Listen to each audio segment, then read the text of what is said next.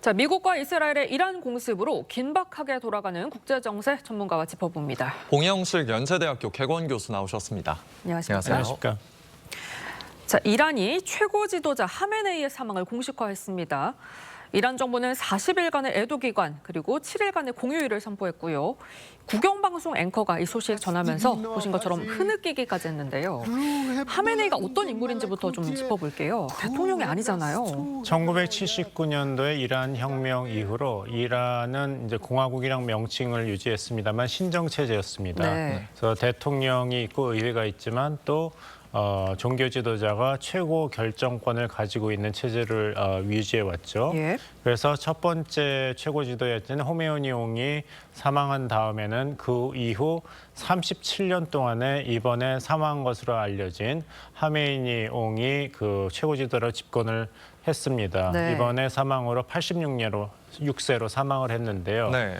그동안에 이란이 이제 반미, 반서방 세력으로 자리를 굳히는 그런 외교안보 전략을 지속적으로 추진해 왔습니다. 그래서 예. 이란이 풍부한 석유 매장에도 불구하고 경제 제재를 통해 가지고 굉장히 어려운 경제난을 겪었고 그것이 지난번에 작년 6월에 미국과 이스라엘이 세 군데 이란 핵시설을 폭격한 다음에 경제난이 극심해지고 또 나라의 그런 국격이 땅으로 떨어졌기 때문에 민중들이 봉기를 했죠. 예. 그것을 다시 보완 세력과 혁명 수비들을 통해서 무참하게 진압을 했습니다. 그래서 이란 정부 공식 발표로만도 3천 명이 사망을 했고 서방 세계 언론이 평가하기로는 6천 명이 사망을 했고 구금 상태였는데 그때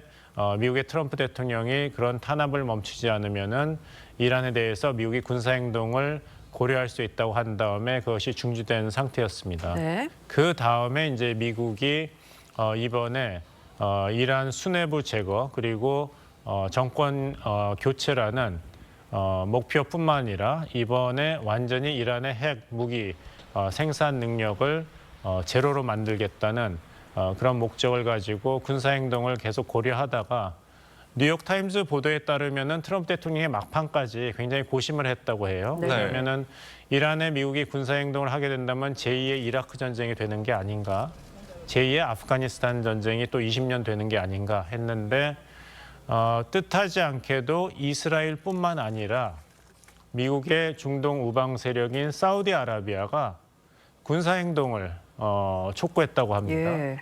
단지 이스라엘만이 이런 군사 지원을 하겠다는 것이 아니라 사우디아라비아는 이제 수니파 무슬람이고 이란은 시아이파이기 때문에 서로 경쟁 관계는 역사적으로 있었죠. 그런데 네. 사우디아라비아가 오히려 중동 세력인데도 불구하고 미국에 대해서 군사적인 지지를 촉구했기 때문에 트럼프 대통령이 핵 협상이 이란 측에서 미국이 받아들일 수 있는 정도의 완전한 항복을 하지 않고 시간 끌기를 하고 있다는 그런 보고를 받은 다음에는 네. 군사 행동을 오케이 했다는 그런 보도가 있습니다. 네, 이 하메네이 사망으로 이 이란의 명운이 어떻게 달라질지 궁금한데 이란은 임시 지도자 회의를 구성하고 현재 진행 중입니다. 이 후계자로 유력하게 언급되는 게 이란 최고국가안보회의 알리 라리자니 사무총장이잖아요. 앞으로의 후계자 구도 어떻게 될 거라고 보십니까? 일단은 권력 공백이 워낙 크기 때문에 말씀드린 대로 철권 통치, 신권 정치가 37년 있었습니다. 예. 4년도 아니고 37년이 있었기 때문에 그 지도자 공백이 발생한 이후에 이런 정권이라든지 국가의 안정을 단기간 내에 기대하기는 아무래도 힘들겠죠. 네.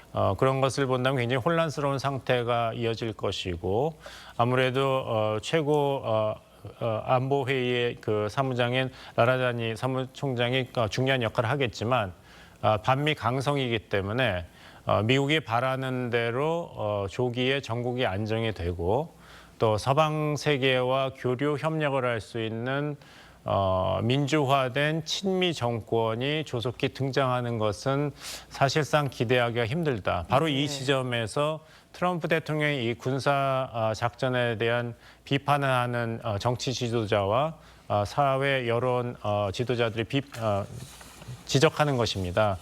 결국에는 트럼프 대통령이 이야기하는 것은 봐라, 그 대이란 메시지에서 얘기했듯이 당신들을 그렇게 37년 동안의 폭압으로 시달리게 했던 최고 지도자를 미국 대통령인 내가 드디어 이전에 미국 대통령이 하지 못했던 하메이니 옹이 대결했던 미국 대통령이 6명이었는데 아무도 이런 결단을 못했다. 내가 했다. 따라서 이제 이란은 이란 국민 당신들 것이니까 빨리 민주화를 해라. 자유를 찾아라고 메시지를 보냈어요. 네.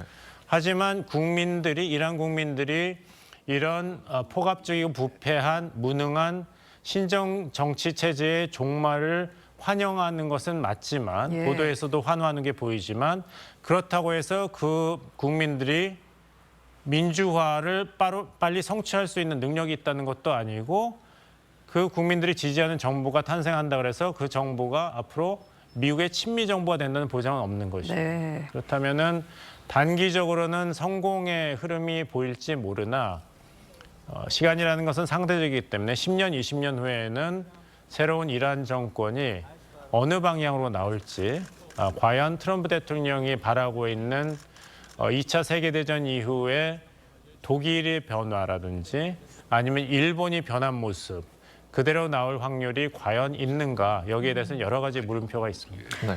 네, 미국이 그런데 이번에 공격을 감행한 시간이 토요일 오전이었거든요. 이 수뇌부 회의 시간을 고려했다고 합니다. 이렇게 갑자기 공격을 감행한 배경이 궁금하고요. 또 트럼프 대통령이 장기전으로 갈 수도 있고 2, 3일 내에 끝날 수도 있다라고 했는데 앞으로 공격이 이어질 거라고 보시는지요? 두 번째 질문에 대한 대답을 먼저 드리자면 트럼프 대통령은 미국군 최고 통수권자로서 모든 옵션은 열려 있다. 그것이 미국 대통령, 미군 최고 통수권자로서의 당연한 그런 조건이라고 얘기를 하면서 이란의 차후 행동에 달려 있다. 이란이 만약 전국 안정이라든지 미국이 요구하는 핵 협상에 응하지 않을 경우에는 정밀 타격이 계속될 것이다 얘기를 했죠. 적어도 미국 의회 지도자들에게 트럼프 대통령은 군사작전이 발생할 경우에 4일이라는 시한을 이야기했다고 합니다. 네. 네. 4일이라는 시한 동안에 어느 정도 사태가 긍정적으로 변한다면은 아무래도 미국이 군사작전의 이제 스케일 같은 거를 줄일 확률이 높겠죠. 이것은 이제 현장의 흐름이 어떻게 되는가를 보고 결정을 해야 될 것 같습니다.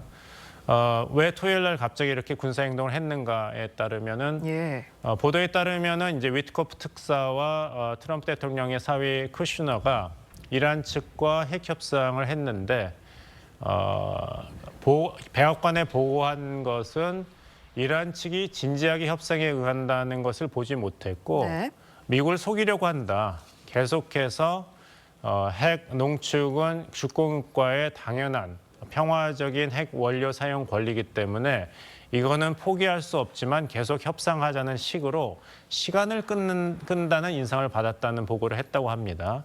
거기에 트럼프 대통령이 굉장한 분노를 느끼면서 예. 유세 현장에서 사실 미국의 경제에 대해서 얘기하는 건데 이제 중간 선거가 11월에 있으니까 굉장히 중요한 결정을 내가 앞두고 있다. 언젠가 내릴 거다 이런 얘기를 했어요. 그것이 이란에 대한 이제 군사 행동을 할 것이냐 말 것이냐에 대한 행동을 언급한 것으로 이제는 우리가 이해할 수가 있습니다.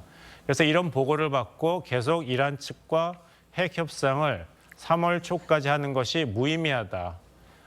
그래서 아까 말씀드린 대로 이스라엘과 사우디아라비아가 미국의 군사 행동을 촉구한 마당에 두 가지 결정이 있었다고 합니다. 네. 하나는 이스라엘이 먼저 이란을 공격하고 이란이 이란 근교에 있는 국가들의 미국 기지에 보복 공격을 하면은 미국이 군사 행동을 할 정책 정당성이 생기는 것이죠. 이란이 미국을 공격했으니까.